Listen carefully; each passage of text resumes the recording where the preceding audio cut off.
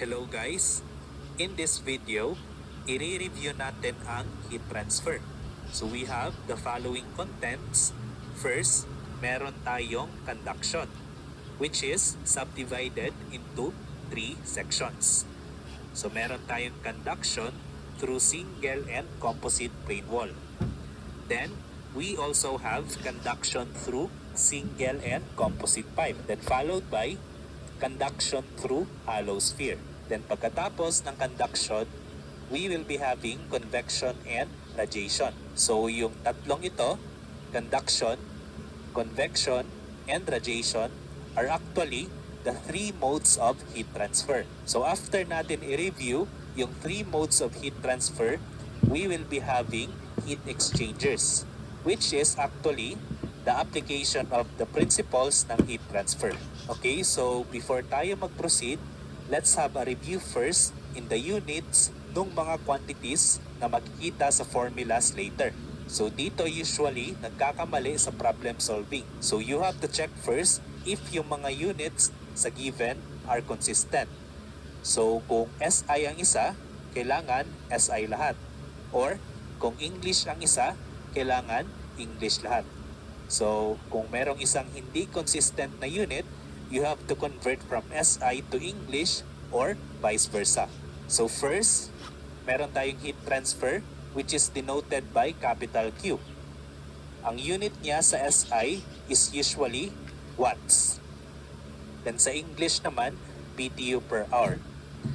Next, for thermal conductivity, so represented by small letter K, ang SI unit is watts per meter Kelvin.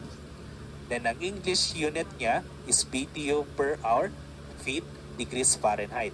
Next, we have the film coefficient denoted by small letter h. Okay, so yung thermal conductivity is actually responsible for the heat conduction. Then yung film coefficient h naman is responsible for heat transfer through convection.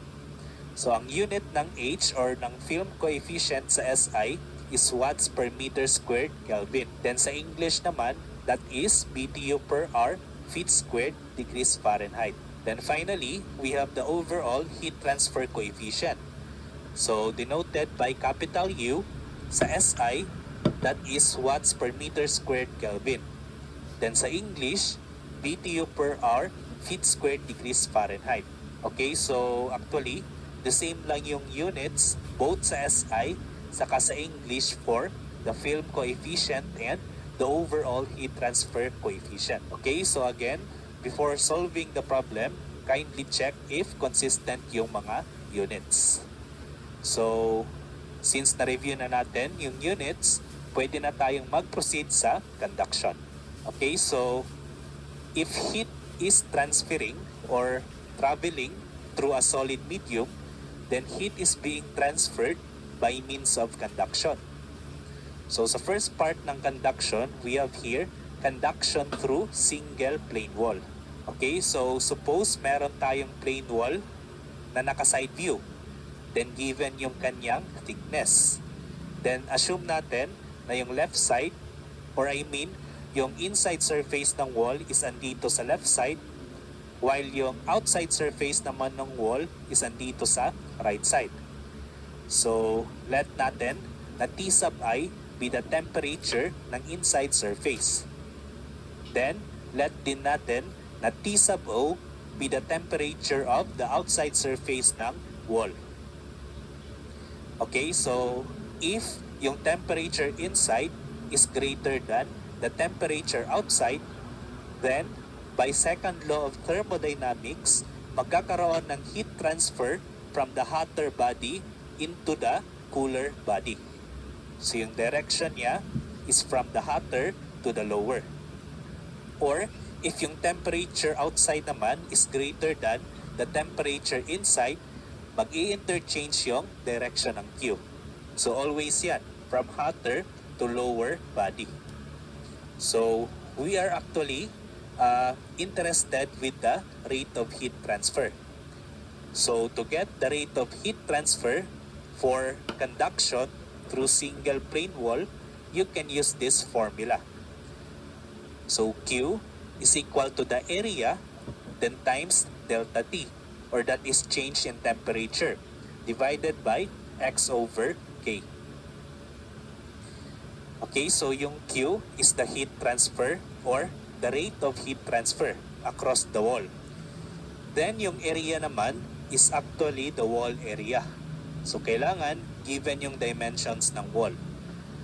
Now take note na yung flow of heat is always perpendicular to the wall area. Okay?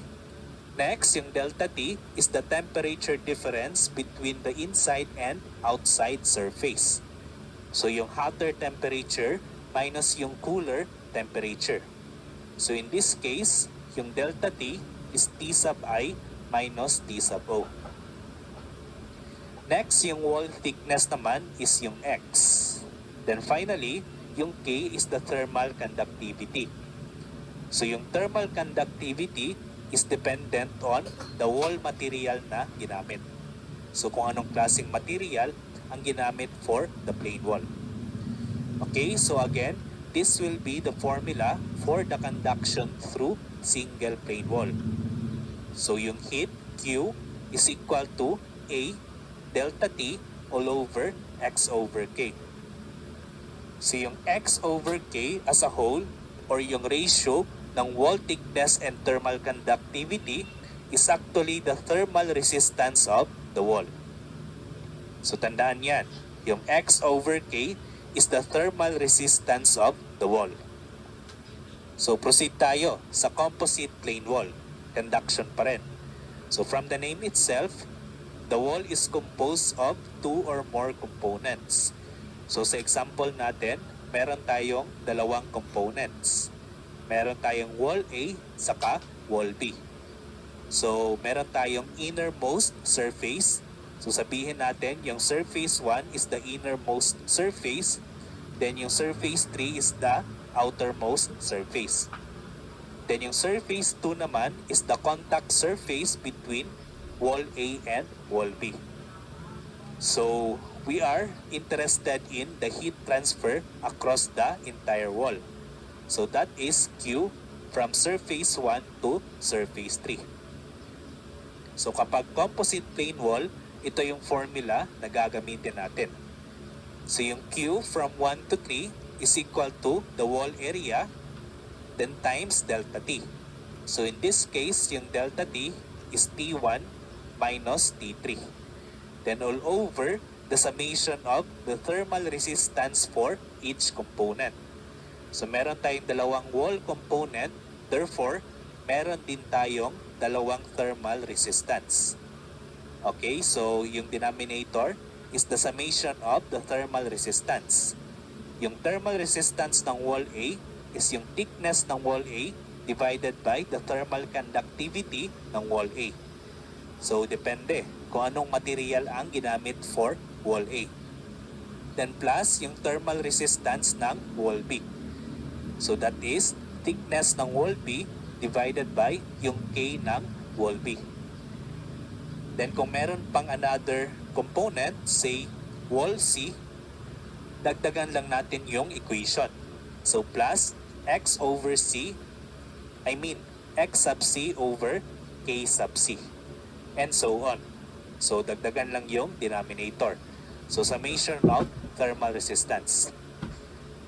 Okay, so take note also na yung Q from 1 to 3 is just the same sa rate of heat transfer from surface 1 to surface 2, or yung heat transfer across wall A. Then it is also equal to the heat transfer across wall B, or that is Q from surface 2 to surface 3. So ang significance ng concept na ito is para malaman natin ang temperature sa mga contact surfaces ng wall components. Okay, so paano kapag tinanong yung temperature ng surface 2? Kasi yung given sa problem is usually yung temperature sa surface 1 or the innermost surface saka yung temperature sa surface 3 or that is the outermost surface. Okay, so para malaman natin yung temperature sa surface 2, just equate yung Q from 1 to 3 with the Q from 1 to 2. So yung Q from 1 to 2 is actually the rate of heat transfer across wall A. So using yung formula kanina sa conduction through single plane wall, Q from 1 to 2 is A delta T. So yung delta T in this case is T1 minus T2. Then all over the thermal resistance of wall A.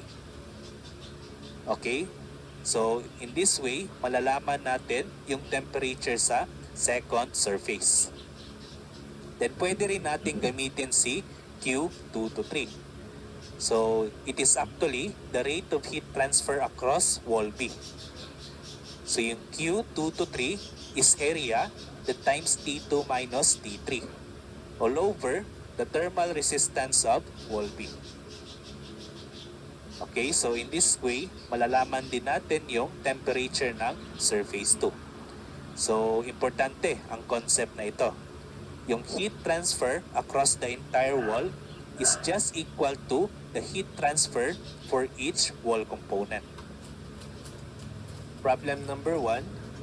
Calculate the heat transfer per hour through a solid brick wall, 6 meters long, 2.9 meters high, and 225 millimeters thick when the outer surface is at 5 degrees Celsius and the inner surface is at 17 degrees Celsius, with the coefficient of thermal conductivity of the brick being 0.6 watts per meter Kelvin.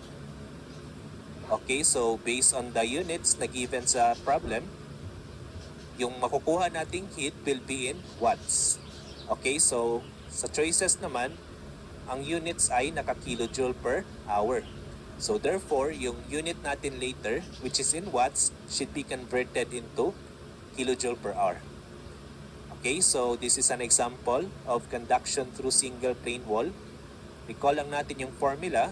So Q is equal to the wall area, then times delta T divided by the wall thickness over thermal conductivity.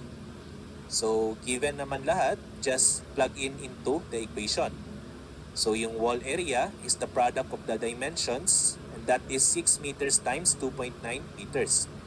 Then yung change in temperature, inside minus outside surface temperature, and that is 17 minus 5 degrees Celsius. Then divided by yung wall thickness from millimeters, gawin lang nating meters. And that is 0.225 meters divided by the thermal conductivity, which is 0.6. Okay, so using your calculator, you will be able to get the answer. And that is 556.8 watts. But remember, nasa choices, na yung unit ng Q should be in kilojoule per hour. So meron tayong conversion factor, and that is 1 watt is equivalent to 3.6 kilojoule per hour. So makakancel out yung watts, therefore yung matitirang unit will be kilojoule per hour. So using your calculator again, Q is equal to 2004.48 kilojoule per hour. Okay, so heat conduction through single plane wall. So recall lang natin yung formula. Therefore, your final answer should be letter A, 2004.48 kilojoule per hour. Okay, so proceed tayo sa next problem, number 2. Calculate the energy transfer rate across a 6-inch wall of fire brick with a temperature difference across the wall of 50 degrees Celsius. So yung temperature difference is actually yung T in minus T out, and that is already 50 degrees Celsius. The thermal conductivity of the fire brick is 0.65 BTU per hour feet degrees Fahrenheit at the temperature interest. Okay, so if you observe sa choices natin na ang unit is in watts per meter squared. Kasi if you observe sa problem, hindi tayo given ng dimensions ng wall. So therefore, yung pinapahanap is the heat rate or heat transfer rate per unit area, which is why watts per meter squared. And also, take note na ang units is in SI. So therefore, lahat ng unit in English na given sa problem should be converted into SI. So single plane wall pa rin.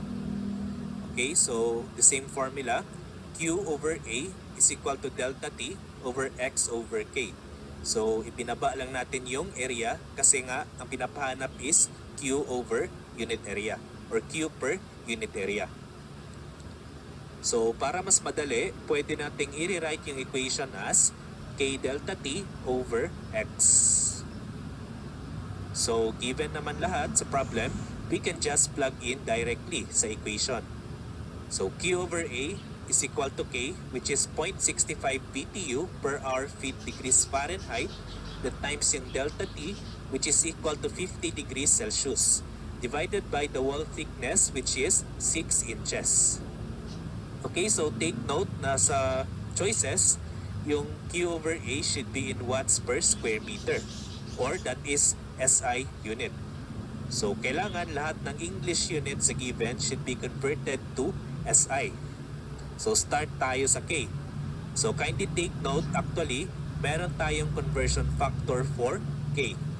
Okay, so 1 BTU per hour feet degrees Fahrenheit is equivalent to 1.73 watts per meter Kelvin.